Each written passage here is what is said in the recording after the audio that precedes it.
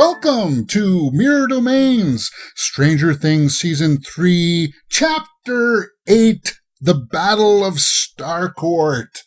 Now, this is the final episode where we get to have all of our questions answered. We get to know everything that's going on. Oh, wow. Eleven's leg is taking a huge beating. They cut that thing out of her, and then Hopper steps on it. And yeah, that was kind of gross. But her leg, how can she possibly walk on this thing? It's mind-blowing. Anyway, everybody's finally together. The big group has assembled. We get to see what's going to happen. They develop this plan to go into the base to destroy the machine that from the plans that Alexei left behind, to destroy this machine so that they can close the gap that's being created to get into the upside down. Basically, it's going to be Hopper, Murray, and Joyce that do this because they just don't want to put the kids at risk. And I can understand that. That makes sense, right? And there's going to be some weird things that happen in this episode where it's kind of like, okay, yeah, that makes sense. But then there's a whole bunch of Deus Machina kind of stuff, Deus Ex Machina, things that just have to happen specifically right now and right here for the story to progress. Too many of those things happen. And it's just the directing in this episode. I'm not sure, because it was a longer episode, but there were things in this that were handled not necessarily I felt like the best way, but it was kind of good to see things play out. So basically, Steve, Dustin, Erica, and Robin go to that antenna so they can talk and walk the adults through the maze in the laboratory. That tower that radio tower they put on the top of the hill. And okay, that was okay. That made sense. But eventually, Steve and Robin go back to help the other kids.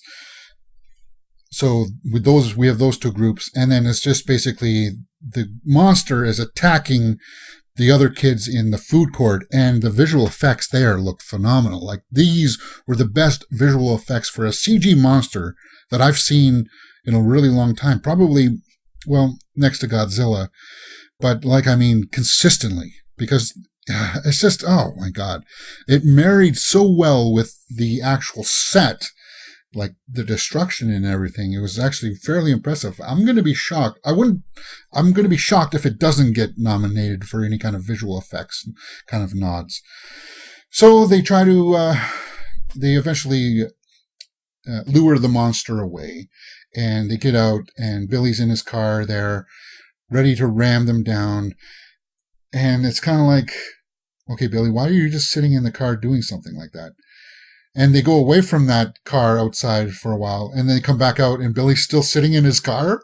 Yeah, that didn't make a whole lot of sense. It's kind of like, what?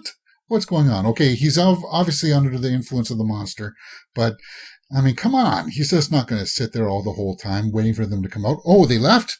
Well, I'm not going to chase after them. Whatever. Oh, yeah, he does. He does chase after them at one point, though. Eventually, he rams the car. Oh, yeah, no, that's right. He tries to ram the car, but then Steve and, my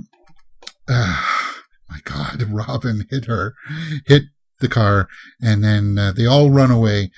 They get chased by Billy. Billy chases them back into the mall, and 11 tries to use her powers, and she's lost them. She's lost her abilities to move things. It was very strange. I didn't understand that. So what caused her to lose her abilities? They never really explain that in this episode. And that's what I mean by there's a few things that just didn't quite click all the way. Getting to the laboratory with Hopper and Joyce. Basically, Murray comes through with his end, which was kind of cool. And then we had this weird side thing with Dustin and his girlfriend Susie, where they have to get the code to unlock the safe, to get the keys out, to destroy the machine. And they take a moment to sing this song from the Neverending Story, and it just fell out of place. I understand the humor that they've used. They've used that type of humor before in Stranger Things, but here, it felt like it was a little bit much. It felt way too out of place because we were just in the middle of, okay, guys, we're in a very tight deadline. We've got to get this done. Okay, let's sing this song. And it would have been cute It should have been cute. It just didn't land with me. Let me know if it landed with you guys, because it was a bit mixed for me.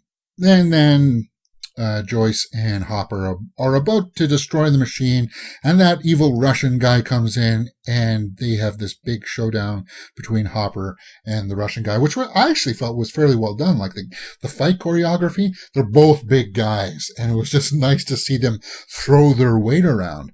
But then you knew, I felt this at the beginning of the season, that they were going to maybe off this character Hopper, played by David Harbour, and I was kind of like, this is it. But then he kills the Russian guy, but he gets trapped behind a lot of the static stuff that was vaporizing people. And Joyce and him have this look at each other where he's kind of like, you got to do it. You got to close it. And it should have been played up, like it should have got you in the feels. Like I should have been feeling sad. And it didn't. It didn't land for me. Like I felt sad when Alexei died, but not when Hopper sacrificed himself. I wanted that moment to have some big umph. Maybe it was the music. I'm not sure. It probably landed for a lot of people, but for me, it wasn't quite there. And they kind of make up for it towards the end of the episode. Basically, everybody gets out and they meet up with each other again, and they're kind of like, job well done, because the thing closes, the mind flare monster kind of evaporates. Yeah. It's just like, okay, I guess they were connected. I guess that did work, but I'm not sure exactly if he's totally dead, because they gotta have a way to have this continue in some way, because if it's successful, they're definitely going to have a season 4. But then we see that Joyce and Will have a reunion, but Eleven's looking for Hopper, and she's looking around, and then we cut to like 3 months later, and it's kind of like, oh, okay. Well, that was kind of a jarring display, like jump. And then, they're moving out of the town. It's kind of like, whoa. Yeah, they mentioned that briefly in conversation that they were going to sell the house, but why are they moving away? Because they don't want to be there anymore? They feel like, whatever. And is 11 living with Joyce now? I'm guessing that she is. She tries to use her powers to get a teddy bear. Okay, she's totally lost her powers, I guess. It's just kind of weird. Is this the end of 11's story? Let me know in the comments below if you think that this is the end. And then it ends in actually kind of an interesting way. And this maybe adds a little bit more to Hopper's death. They find that letter that Hopper and Joyce were working on at the beginning of the season, where he was going to talk to them about, having the door open a certain amount. And it's narrated by him, and you can see that, it's a very emotional moment. It was kind of like his send-off, and I like that aspect of it. I really like that aspect. But I felt like when he actually died, that's when you should have felt the oh no. But a very interesting episode, very mixed in the way that I felt about it afterwards. It's kind of like, I know there's more story. It feels like there's more story, even though that this season was very well contained. That's all I can say, is that the season, it didn't have any episodes in it where it was kind of like, well, that doesn't really fit.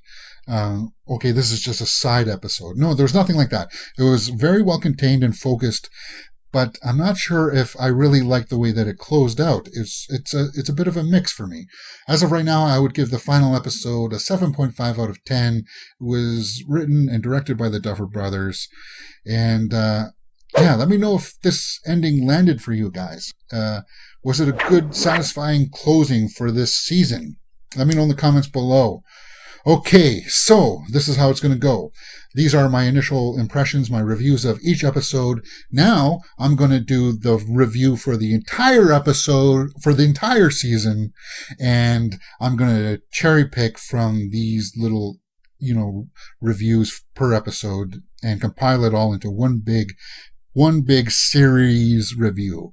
And you'll be able to see that just up here in the cards, and you can see the previous episode just right there.